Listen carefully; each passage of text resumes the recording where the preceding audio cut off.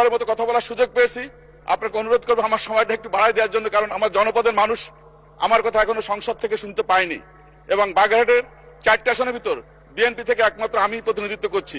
সুতরাং আপনাকে অনুরোধ করবো আমার সময়টা একটু বিবেচনা করার জন্য।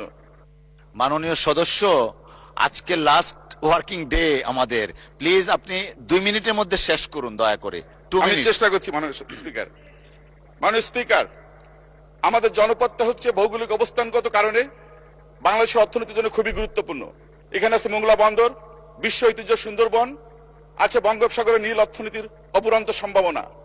আমি মনে করি সেটাকে মাথায় রেখে আমাদের কিছু মৌলিক কাজ করতে হবে। এখানে আমাদের মোংলা মানুষের প্রথম দাবি মোংলা নদীর উপর একটি ঝুলন্ত সেতু, যার মধ্য দিয়ে মূল ভূখণ্ডের সঙ্গে ওই এলাকার মানুষ সংযুক্ত হতে চায়।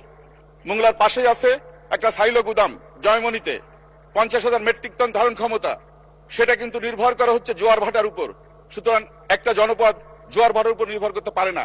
সুতরাং আমি অনুরোধ করব আমাদের ইপিজেড মোংলা বন্দর শ্রমিকদের স্বার্থে এবং এই জনপদের মানুষের ভাগ্য উন্নয়নের স্বার্থে এই বৃষ্টি খুব দ্রুত দরকার।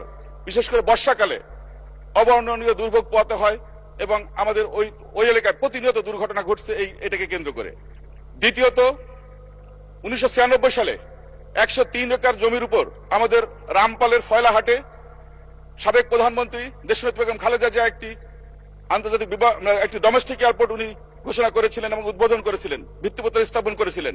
কিন্তু পরবর্তীতে এটাকে 530 একর জায়গা নিয়ে আন্তর্জাতিক বিমানবন্দর করার কথা ছিল এবং 2018 সালে সিভিল এভিয়েশনের কাছে এটাকে হ্যান্ডওভার করা হয়েছে। কিন্তু এটা নিয়ে মাটি ভরাট এবং আপনার ব্লক করা ছাড়া আর কোনো কাজ হয়নি।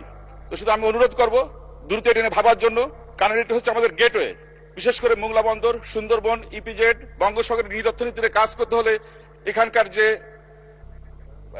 মানে আপনার যে কানেক্টিভিটিটা খুবই জরুরি, এবং আমি মনে করি বিদেশিরাও কিন্তু উৎসাহিত হবে যদি আমরা এটাকে করতে পারি, এবং দক্ষিণ পশ্চিমাঞ্চলের পরিবেশ দ্বার হিসেবে এটাকে কাজ করবে বলে আমি মনে করি। মাননীয় স্পিকার, আমার এখানে যেহেতু সময় খুবই স্বল্প, আমি আরেকটা জিনিস বলবো। এখানে আমাদের এই খুলনা মোংলা মহাসড়ক